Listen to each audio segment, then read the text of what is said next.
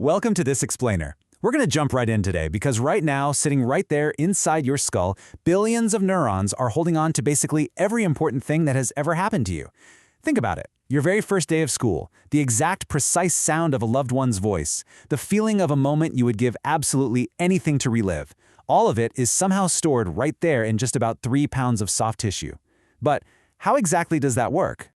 How does a physical, biological brain hold onto a completely invisible memory?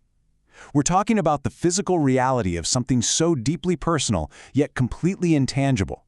Well, the answer to this is honestly one of the most astonishing things neuroscience has ever discovered, and I can promise you by the end of our time together today, it is going to completely change how you think about everything you think you remember.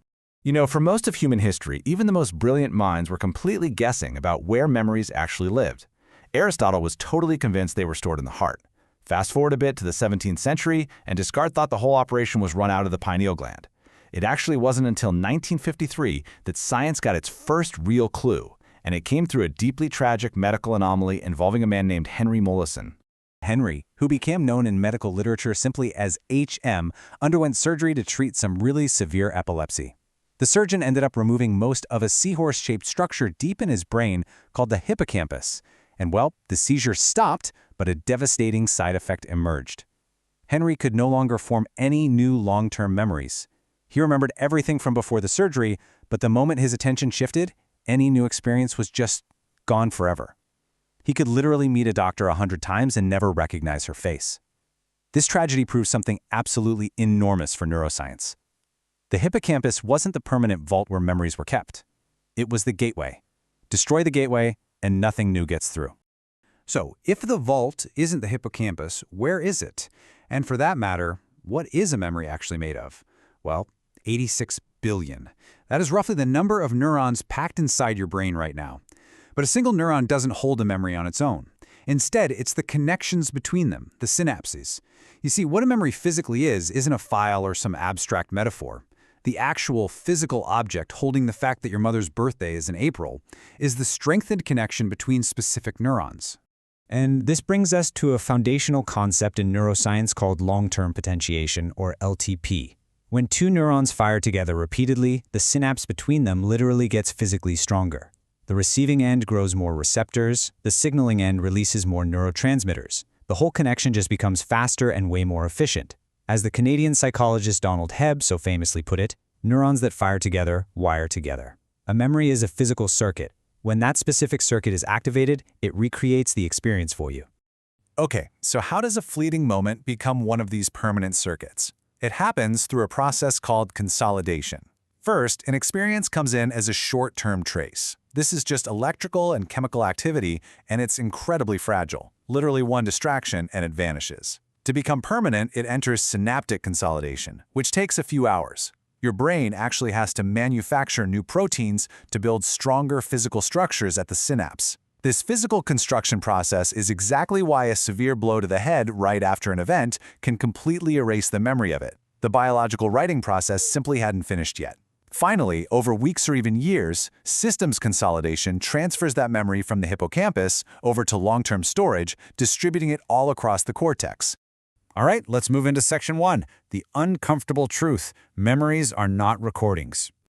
If you think those circuits we just talked about are playing back highly accurate video recordings of your past, well, neuroscience has some rather uncomfortable news for us. Our memories are highly flawed, constant reconstructions.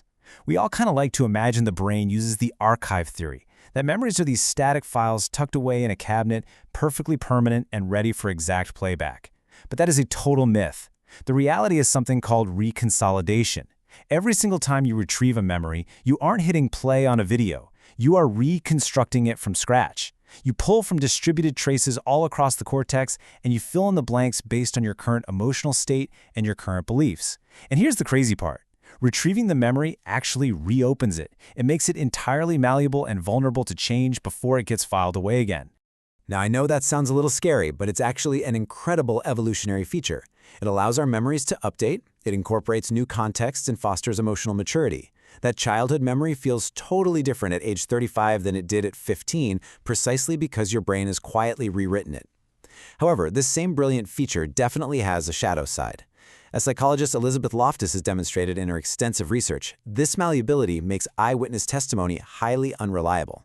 It creates a massive vulnerability where false memories, vivid recollections of events that never even happened, can be surprisingly easy to implant. Your memory is a living, rewritable story. Which, by the way, perfectly explains why you and your sibling have completely different, hyper-confident memories of who actually broke the living room lamp back in 2004. To really understand this whole story better, we have to recognize that not all memory is exactly the same. You have episodic memory, which relies heavily on the hippocampus for personal events, like birthdays. Then there's semantic memory, for hard facts, which is stored in the cortex. But look closely at procedural memory, like knowing how to ride a bicycle. This relies on the basal ganglia and cerebellum, completely bypassing the hippocampus entirely. And this beautifully explains our earlier mystery with Henry Mollison. Even with a completely destroyed hippocampus, Henry could learn new motor skills and get better at them every single day despite having zero conscious memory of ever practicing them. The skill lived in a completely different biological system. Let's pivot slightly to Section 2, the forgetting filter, why fading is a feature. So, we've talked a lot about how memories are made and changed. But what about when they just vanish?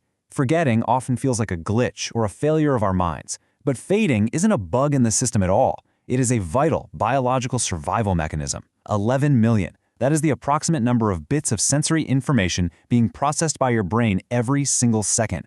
Your eyes, your ears, your skin, your nose, they are all firing massive, overwhelming amounts of data at you constantly. Now, compare that 11 million to just 50. Out of millions of bits of data, only about 50 bits actually reach your conscious awareness per second. If your brain made a permanent memory out of everything it processed, your neural system would be a disastrous, unusable mess. It would be utterly saturated with background noise. Forgetting is actually your brain's ultimate filtering mechanism. Memories decay if they aren't reinforced, or they experience interference from overlapping, competing circuits. Your brain literally has to clear the cache just so you can function. And the chief executive in charge of this massive filtering process? Believe it or not, it's sleep. During slow-wave sleep, your brain acts as this meticulous nightly memory editor. The hippocampus essentially hits fast-forward, replaying the day's events. It selectively strengthens the circuits for experiences that were emotionally significant or frequently repeated, while just allowing all the irrelevant noise to safely decay. So what you will remember tomorrow is quite literally being determined by your brain tonight while you are fast asleep. Which brings us to our final part today, Section 3, Constructing Your Identity. If our memories are the very foundation of our identity, our sense of who we are, where we came from, and what matters to us, and we now know the biology proves these memories are reconstructed, malleable, and even partially fictional, well, what does that mean for who you actually are? Honestly, it means something incredibly empowering. It means the past exists in the present, and the present constantly edits it. Your identity is not a fixed, rigid thing locked away in some dusty mental archive. It is something you are actively constructing right now.